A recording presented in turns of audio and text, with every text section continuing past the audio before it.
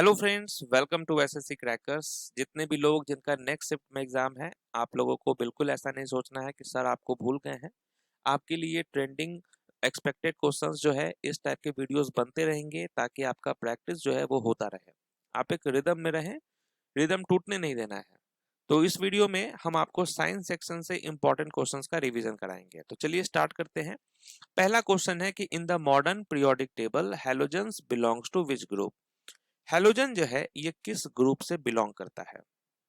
आप कहेंगे group 17। Okay. अब यहां देखिए इंपॉर्टेंट पॉइंट्स कि in the modern periodic table halogen belongs to group 17। Halogen किससे करता है? 17 से। This group located in the P block. ये जो ग्रुप है ये कहां पर लोकेट होते हैं? पी ब्लॉक में। Contains highly reactive non metals. इसमें जो है जो रिएक्टिव नन मेटल्स होते हैं वो इसमें मिलेंगे आपको, जैसे कि फ्लोरीन हो गया, क्लोरीन, ब्रोमीन, आयोडीन, ये सब आ जाते हैं। तो ये ध्यान रखना है। नेक्स्ट है कि elements of group 18 are known as. Group 18 के तत्वों को क्या कहा जाता है? नोबल गैस कहा जाता है। ग्रुप 18 के तत्व निष्क्रिय होते हैं, इसीलिए इन्हें नोबल गैस कहते हैं।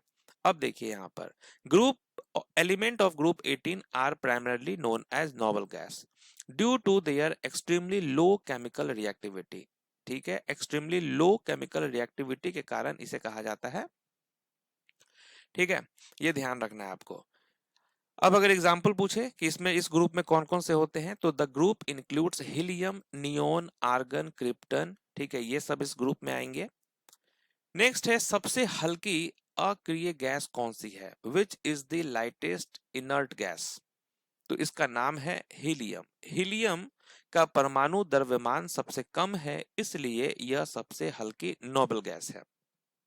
ठीक है, यहाँ पर मैंने आपको नोबल गैस में कौन कौन से आते हैं एलिमेंट्स वो मैंने आपको दिखा दिया है कि ये हीलियम हो गया, नियोन हो गया, आर्गन हो गया, ये सब नोबल गैसेस हैं। ठीक है, यहाँ पूछा है कि लाइटेस्ट कौन है, तो वो आपका हीलियम हो गया।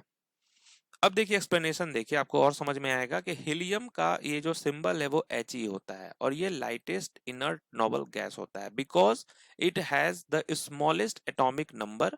इसका स्मॉलेस्ट एटॉमिक नंबर होता है 2 है, and the lowest atomic masses. ठीक है, मासेस भी कम होता है। अब देखिए अगर हम नियोन की बात करें तो with N atomic number 10 it is the second lightest noble gas. ये सेकेंड लाइटेस्ट है। फिर आर्गन की बात करें तो इसका एटॉमिक नंबर 18 होता है। क्रिप्टन, इसका एटॉमिक नंबर 36 होता है। It is one of the heavier noble gases in the group.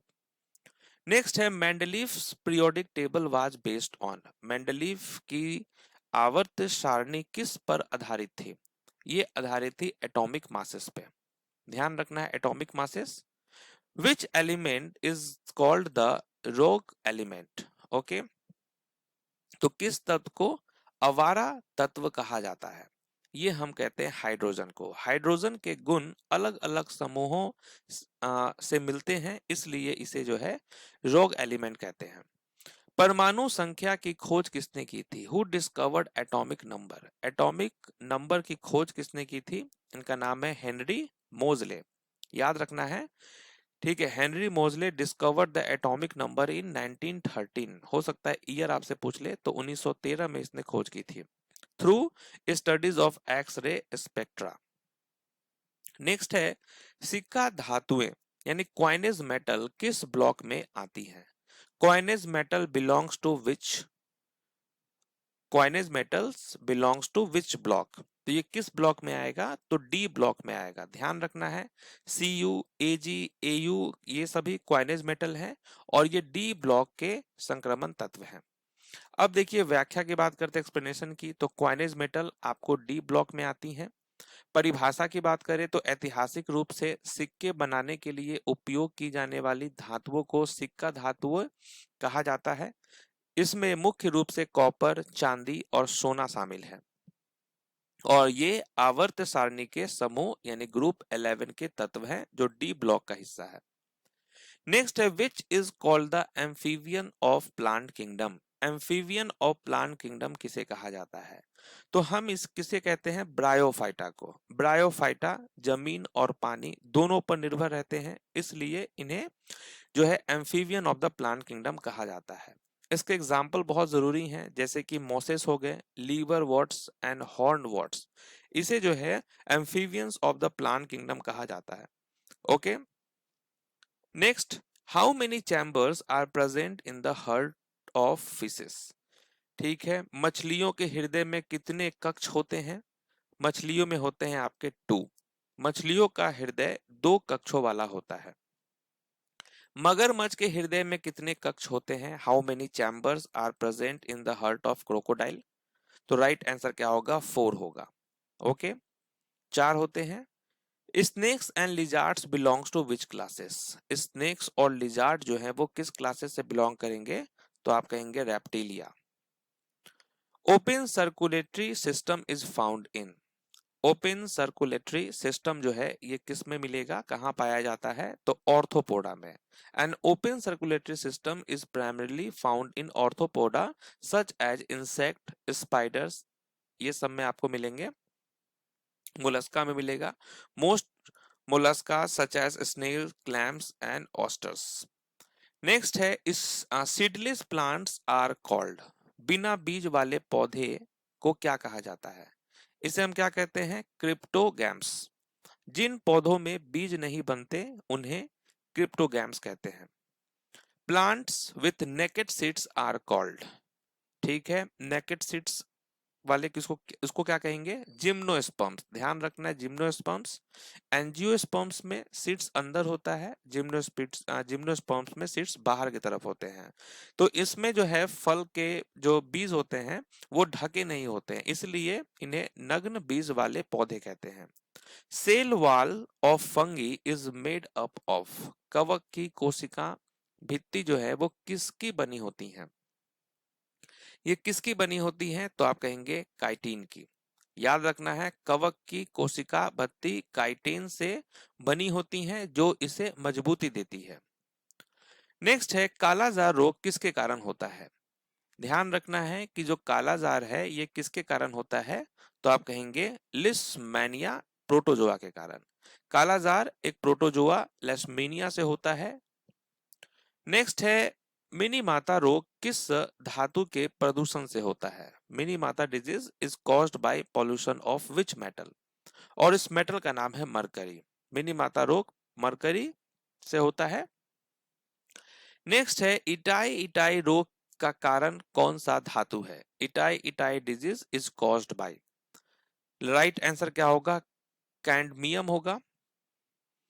Cadmium जो है इसके प्रदूषण से हड्डियां जो है वो कमजोर होती हैं और इटाई इटाई रोग होता है। नेक्स्ट है, डेंगू बुखार में शरीर में किसकी कमी हो जाती है? शरीर में किसकी कमी हो जाती है? Which decreases in the human body? तो आप कहेंगे प्लेटलेट्स की। नेक्स्ट है, who discovered the malaria parasites? Malaria परजीवी की खोज किसने की थी? इनका क्या नाम है? Ronald Ross.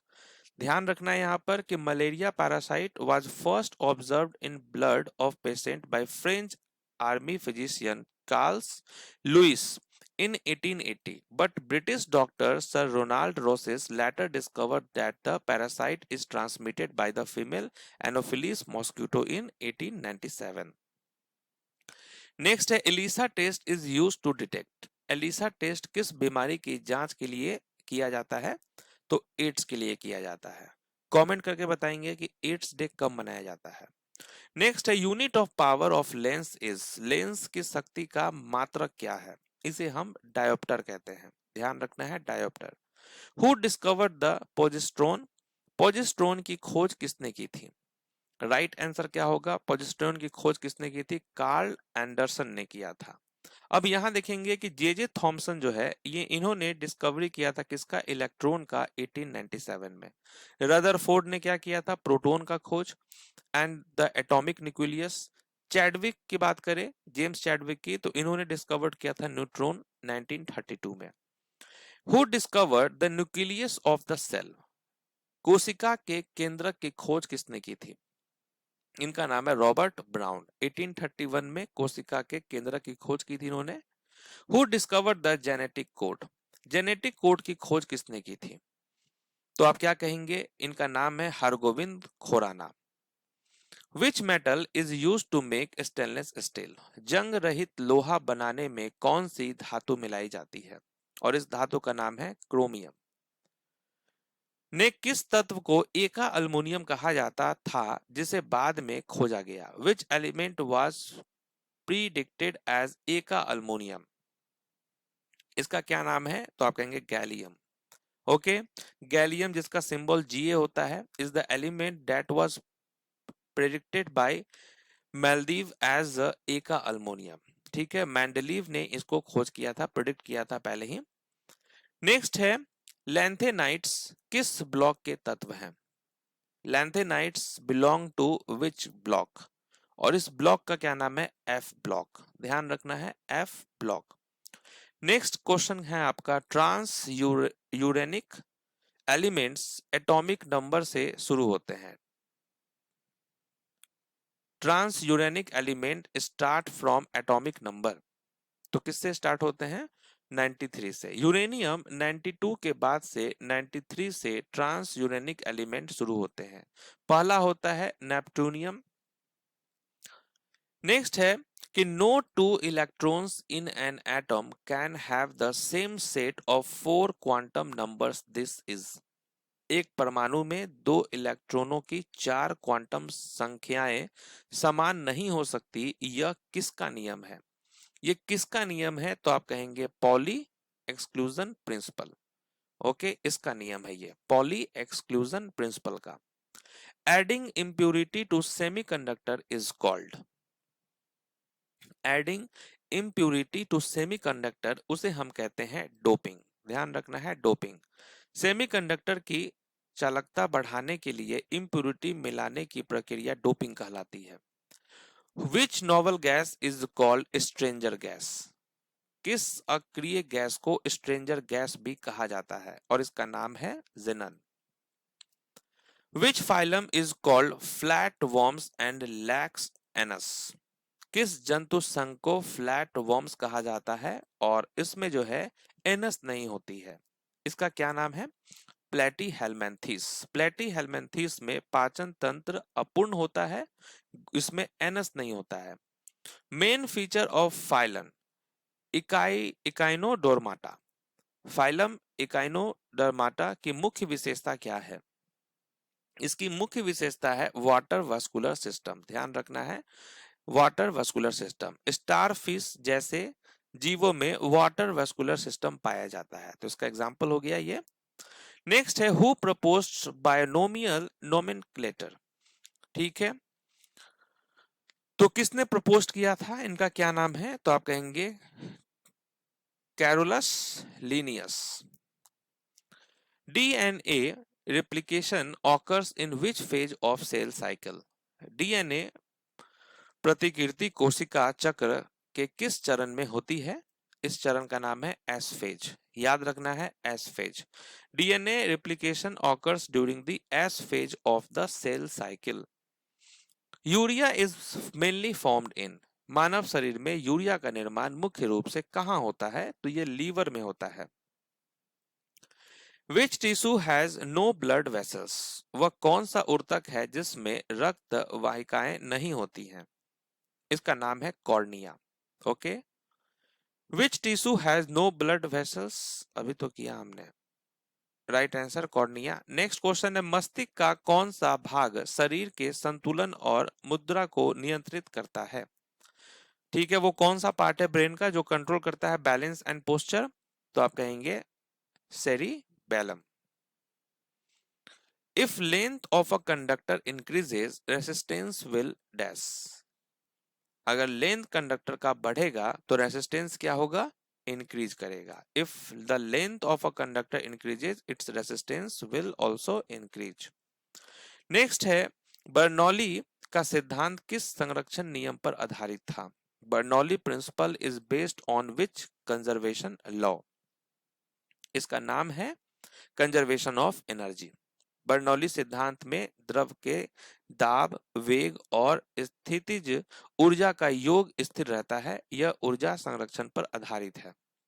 Optical fibre works on which principle? Optical fibre जो है वो किस सिद्धांत पर कार्य करता है? तो इस सिद्धांत का नाम है टोटल इंटरनल रिफ्लेक्शन। नेक्स्ट है, in which type of bond are electrons shared, किस प्रकार के बंधन में इलेक्ट्रॉनों का साझा होता है, शेयरिंग होता है, तो आप कहेंगे कोवैलेंट बॉन्ड। नेक्स्ट है, which is generally considered the strongest chemical bond, strongest chemical bond जो है वो कौन सा है, कोवैलेंट बॉन्ड है। नेक्स्ट है, across a period left to right electronegativity, आवर्त सारणी में बाएं से दाएं जाने पर विद्युत जो है उस पर क्या प्रभाव पड़ता है, तो आप कहेंगे इंक्रीज होता है। सबसे अधिक आयन विभव वाला तत्व कौन सा है, which element has the highest ionization potential, तो इसका नाम है helium. Aluminium is extracted bye, aluminium का निष्कर्षण किस विधि से किया जाता है, किस विधि से होता है, हॉल हेरोल्ड प्रोसेस से। Which metal is known as strategic metal, किस धातु को स्ट्रेटेजिक मेटल कहा जाता है, इसका नाम है titanium. White phosphorus is always stored in, सफेद फॉस्फोरस को हमेशा किस में रखा जाता है, तो आप कहेंगे वाटर में। सफेद फॉस्फोरस हवा के संपर्क में आते ही जल उठता है, इसलिए इसे ऑक्सीजन से बचाने के लिए पानी में रखा जाता है। चलिए, तो यहाँ पर आपका रिवीजन होता है कंप्लीट। हम ऐसे ही आपके लिए वीडियो लाते रहेंगे ताकि आपका फ्लो जो है वो एकदम बना रहे, जोश के साथ एग्जाम देना है, एलिमिनेशन मेथड का यूज करना है आपको एग्जाम में। मिलते हैं नेक्स्ट वीडियो में, तब तक के लिए ऑल द बेस्ट।